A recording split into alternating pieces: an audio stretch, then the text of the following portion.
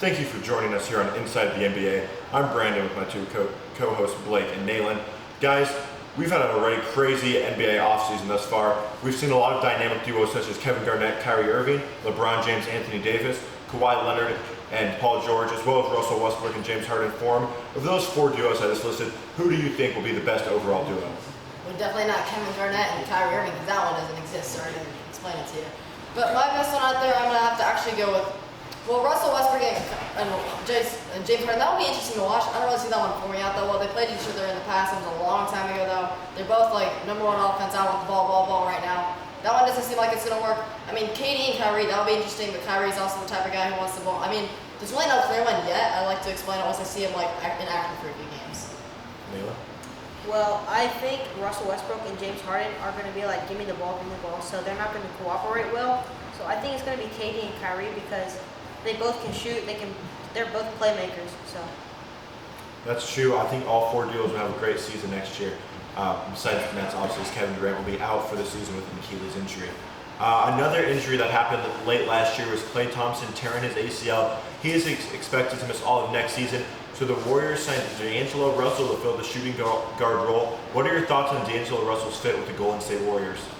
Well, I think he's going to put a big part in the Warriors, and I think he's going to do really well with Stephen Curry and Draymond. And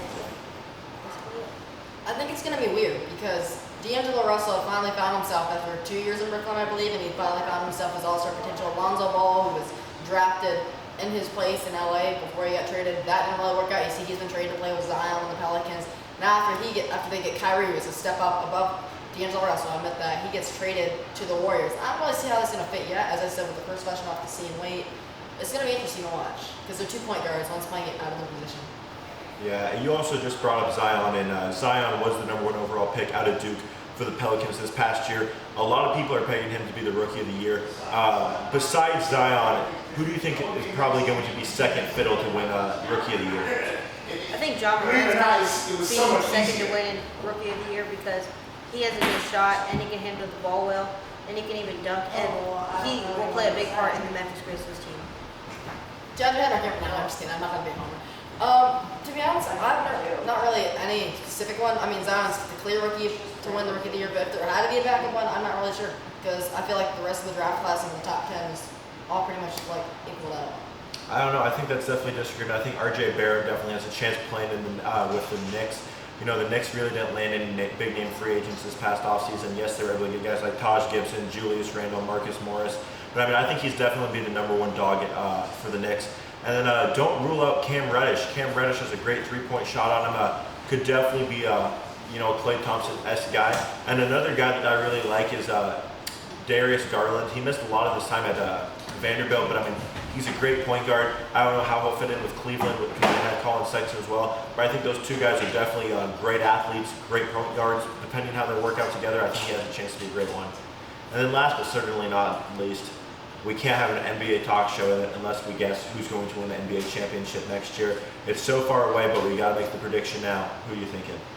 It's gonna be somebody from LA. Depends on how the chemistry bonds.